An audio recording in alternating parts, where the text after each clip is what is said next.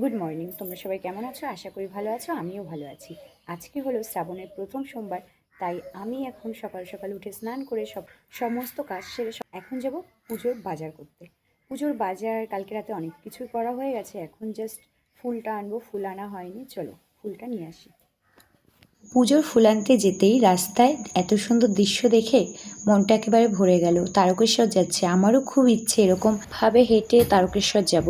দেখি ভগবান যদি কোনোদিনও চায় তাহলে ঠিক আমি মহাদেবের কাছে যেতে পারবো। আর আমি কিন্তু বাড়িতে এসেই দেখো আলতা পরা শুরু করে দিয়েছি। এখন আলতা পরে তারপরে পুজোর যোগাযন্ত্র করব। এখানে কিন্তু আমার আলতা পরা কমপ্লিট, আর আমি কিন্তু হাতেও আলতা পরে নিয়েছি। পুজো হলেই যে এই যে পায়ে আলতা পরা, হাতে আলতা পরা খুব ভালো লাগে এগুলো পরতে। এই যে দেখতে পাচ্ছ সবুজ চুড়ি, প্রতি বছর কিন্তু তোমাদের দাদাভাই চুড়ি এনে আমাকে পরিয়ে দেয়। এবছর যেহেতু ও বাড়িতে নেই, তার জন্য আমি নিজেই কিনে নিয়ে এসে নিজেই পরে নিচ্ছি। আমি এটাই ভাবি, সময়ের কত ব্যবধান। আগের বছর এই সময় ও বাড়িতে ছিল, কিন্তু এই বছর দেখো কোথায় রয়েছে। যাই হোক, মুখে হাসি রেখে মনে কষ্ট রেখে চুড়িগুলো পরে নিলাম, একটাই আশায় যে ভগবান আমার প্রিয় মানুষদের, কাছের মানুষদের ভালো রাখবে। দেখো আমার চুড়ি পরা কমপ্লিট। কেমন লাগছে তোমরা কমেন্টে জানিও। আজকে কিন্তু আমরা প্রথম শিব স্থাপিত করতে চলেছি। এখানে কিন্তু আমি সব কিছু বের করে নিচ্ছিলাম, যা যা লাগবে, যেমন ঘি, মধু, তিল, আতপ চাল, এই সব কিছু বের করে নিচ্ছিলাম। আর তার সাথে সাথেই চলছে মেয়ের বকবক। মেয়ের বকবকের সাথে সাথে আমিও ওর সাথে বকবক করছি। আমরা কিন্তু আজকে সকাল সকাল পুজোটা সেরে ফেলছি। এখন বাজে ঘড়ির কাঁটায় 8টা, আর অনুষ্কাকে কিন্তু 9টার মধ্যে স্কুলে পৌঁছাতে হবে। কি করে পৌঁছাবো আমি জানি না। আর এদিকে কিন্তু আমি ব্রাহ্মণের কাছ থেকে শুনে নিয়েছিলাম কি করে ঠাকুর পাততে হবে। ব্রাহ্মণ আমাকে যেরকমভাবে বলেছিল আমি সেরকম করার চেষ্টা করেছি।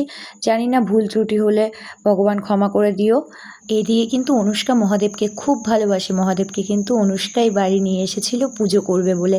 অনেক দিন আগেই আনা হয়েছে, কিন্তু পাতানো হয়নি। তো ভগবান যদি না চায় যে তোমার হাতে ফল মিষ্টি খাবে, তাহলে কি করে হবে। এতদিন পরে চাইলেও, তার জন্যে কিন্তু আজকে আমরা ভগবানের পুজো করতে পারছি। আর অনুষ্কা কিন্তু সকালবেলা উঠেই স্নান করে রেডি হয়ে চলে এসেছে মহাদেবকে পুজো দেওয়ার জন্য। আর তোমরা কি এটা লক্ষ্য করেছো, অনুষ্কাও কিন্তু মহাদেবের প্রিয় রং সবুজ চুড়ি পরে নিয়েছে। কথা বলতে বলতে কিন্তু মহাদেবকে আমাদের স্নান করানো হয়ে গেছে।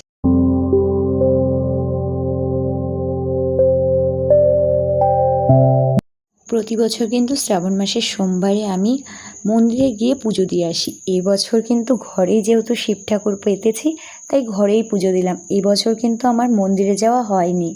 অনুষ্কাও কিন্তু স্কুল থেকে এসে মন্দিরে গিয়ে শিবের মাথায় জল ঢেলে আসে। এবছর ও ঘরেই পুজো দিয়েছে। আর একদিকে দেখো আমার হাতে হাতে কিন্তু সকাল থেকে উঠে সমস্ত কাজ করে দিয়েছে অনুষ্কা।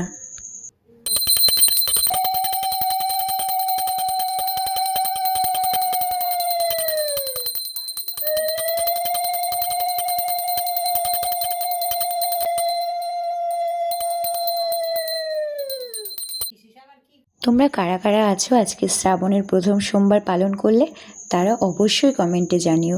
আর আমি দেখো আমার সামর্থ্য অনুযায়ী মহাদেবকে যেটুকু দেওয়ার সেটুকু দিতে পেরেছি। ভগবান আমার কাছের মানুষ, প্রিয় মানুষ যে যেখানেই আছে সবাইকে ভালো রেখো, সুস্থ রেখো, আর তুমিও ভালো থেকো। ওইদিকে কিন্তু অনুষ্কা চলে গেছে স্কুলে যাওয়ার জন্য রেডি হতে।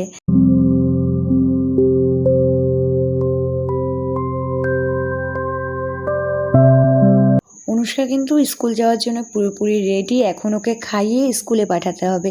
যাই হোক, ভিডিওটা আজকে এই পর্যন্তই। আর দেখা হবে আবার শ্রাবণের দ্বিতীয় সোমবার। ভিডিওটা দেখার জন্য সবাইকে ধন্যবাদ। আর যাওয়ার আগে একটা কথাই বলবো, সবাই কমেন্টে লিখে যেও হর হর মহাদেব। মহাদেব তুমি সবাইকে ভালো রেখো, সুস্থ রেখো। এখন যে আমার ভিডিওটা দেখছে তাদেরকেও তুমি ভালো রেখো। টাটা বন্ধুরা, দেখা হবে নেক্সট ভিডিওতে।